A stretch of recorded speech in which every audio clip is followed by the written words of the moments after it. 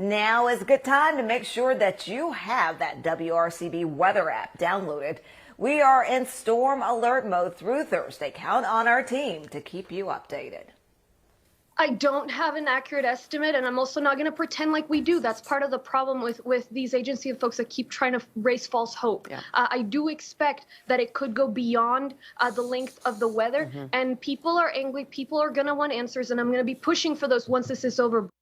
That was Harris County, Texas Judge Lena Hidalgo, the executive of the third largest county in the Lone Star State. She says there's no accurate time estimate for when some Texans will get their power back.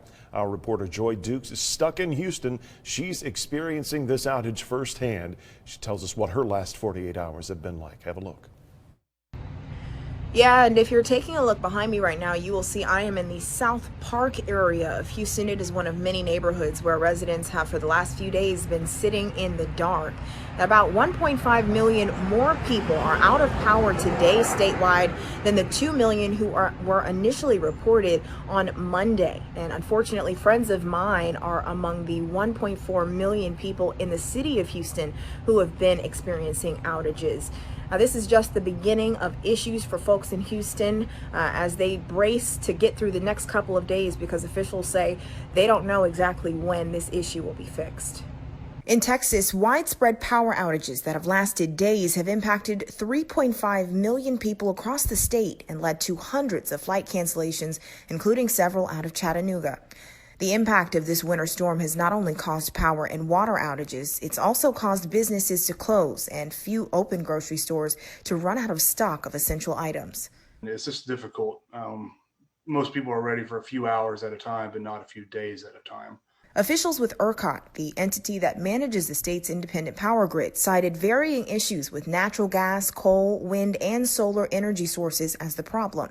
It's a tough situation, according to EPB construction manager Grant Carricker. But as you kind of chip away at the infrastructure there, it makes it even more difficult to meet that energy demand, which you're seeing over an more extended period of time than what they're used to. EPB's contract crews are currently working to restore power to people in other states experiencing similar outages.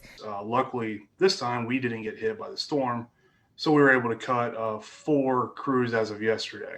Carricker says they have crews in Louisiana and Kentucky working to respond.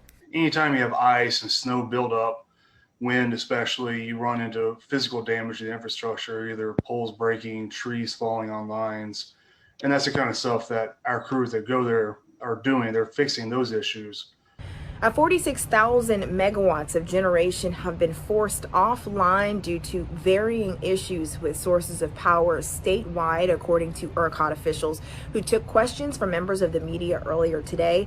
Now, to compare, TVA reported its highest power usage at 28,000 megawatts on Tuesday evening when it was about 22 degrees.